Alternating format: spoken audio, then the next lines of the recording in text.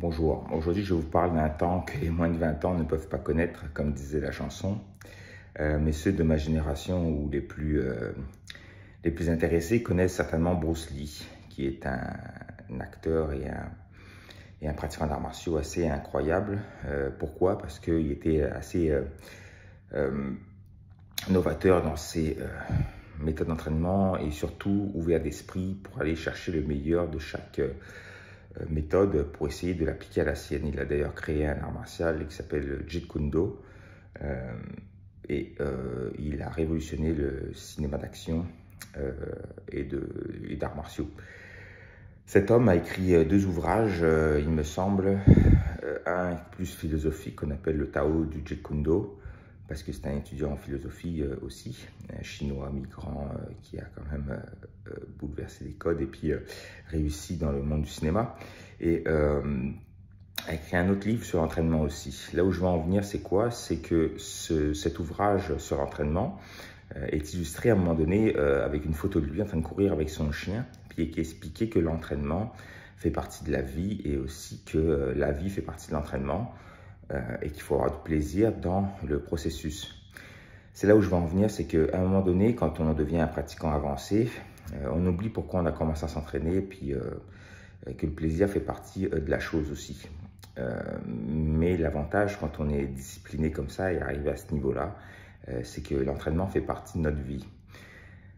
Ça doit vraiment devenir ça. Il faut savoir que ce soit la perte de poids, la réhab, la mobilité, l'entraînement, etc., si vous ne faites que suivre des recettes, des plans, des programmes, des systèmes, c'est bien, ça va apporter des résultats.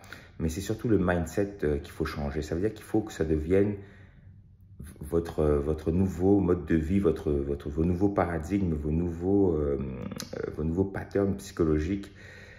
Si vous pouvez garer votre voiture plus loin, vous allez le faire. Si vous pouvez prendre l'escalier ou l'ascenseur, vous pouvez le faire. Si vous avez le choix entre quelque chose qui vous fait du bien au niveau de votre santé et aussi, contrairement à un aliment plaisir ou une drogue ou de l'alcool plaisir, vous allez certainement faire les bons choix au fur et à mesure. Je ne dis pas que le but de la vie, c'est d'être heureux. Si ça vous rend heureux de faire la fête, etc., libre à vous, chacun est libre de son corps, mais il n'y aura aucun bienfait sur le long terme contre versus l'entraînement qui apporte un lot de bienfaits que d'autres substances ne peuvent malheureusement pas apporter, aussi bien mental que physique.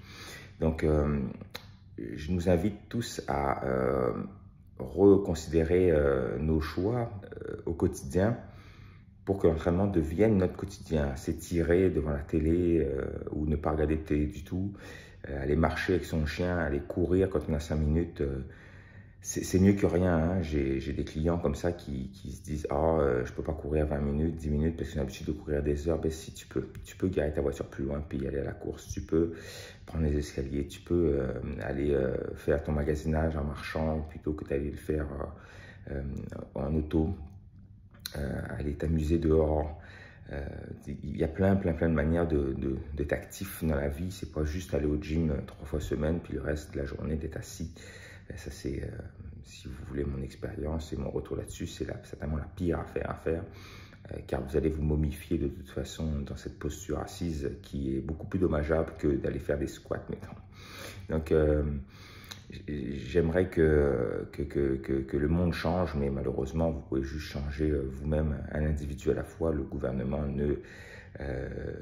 certainement est plein de bonne volonté, mais reste limité dans ses actions de manière volontaire ou involontaire. Je ne sais pas, libre à vous de me le dire, mais on est tous responsables de qui on écoute et de ce qu'on fait chaque jour. Et de chaque minute qui passe dans notre vie, de savoir où on la met. Est-ce qu'on la met pour l'argent? Est-ce qu'on la met pour notre santé mentale, physique? Est-ce qu'on la met pour le confort? Est-ce qu'on la met pour le bonheur long terme? Voilà, toutes ces réflexions du matin. Bougez, prenez du plaisir et que ça devienne une nouvelle identité chez vous. Entourez-vous de gens qui font ça. Lisez là-dessus. Allez sortir quand il fait beau, faites de la trottinette, du vélo, nager, n'importe où. Amusez-vous avec votre chien, vos enfants, faites n'importe quoi. Faites une partie de volley avec vos amis, même si vous avez 50 ans, 60 ans. Let's go, on est tous capables de faire mieux. Merci, au revoir.